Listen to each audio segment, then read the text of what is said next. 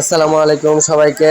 আজকে কিছু কথা বলতে চাই আমার মুরব্বী চাচাদের উদ্দেশ্যে। আপনারা যে বলেন ঈদগার মাঠে খেলিস না, ঈদগার মাঠে খেলিস না, তাহলে আমরা গিয়ে কোথায় খেলবো? আর এই তো গত কয়েকদিন আগে আমাদের এখানে একটা সমাবেশ হয়েছিল, যেখানে বলা হয়েছে মাদক মুক্ত চিলিকুট করার জন্য, ছেলেদেরকে মাদক মুক্ত করার জন্য। তো তাহলে ওদেরকে খেলাধুলায় ব্যস্ত রাখতে হবে, তার জন্য তো একটা মাঠ প্রয়োজন নাকি? মাদক মুক্ত চিলিকুট এই সমাবেশের আগে একটা মাঠ তৈরির সমাবেশ করার দরকার ছিল। তাই আমার মুরব্বী কাকাদের কাছে একটাই আমার অনুরোধ, আপনারা ওদেরকে ওইতে খেলতে দিন, না হয় ওদেরকে একটা মাঠের ব্যবস্থা করে দিন, যাতে ওরা ঈদের মাঠ আর না খেলে। আর অনেক মুরব্বী কাকারা বলে ঈদের মাঠ তো খেলার জায়গা না। এটা ঠিক কাকা, আপনার কথাই ঠিক, কিন্তু এখন তো ওদের খেলার বয়স, তাই না? ওরা যদি এই বয়সে না খেলে ওরা তো ধূমপানে আসক্ত হয়ে যাবে বা বিভিন্ন খারাপ কাজে আসক্ত হয়ে যাবে, তাই না? খারাপ কাজে আসক্ত হওয়ার চাইতে খেলাধুলা করা অনেক ভালো না? তাই আপনাদের কাছে আমার একটাই অনুরোধ, যত তাড়াতাড়ি সম্ভব তত তাড়াতাড়ি ওদেরকে একটা খেলার মাঠের ব্যবস্থা করে দিন।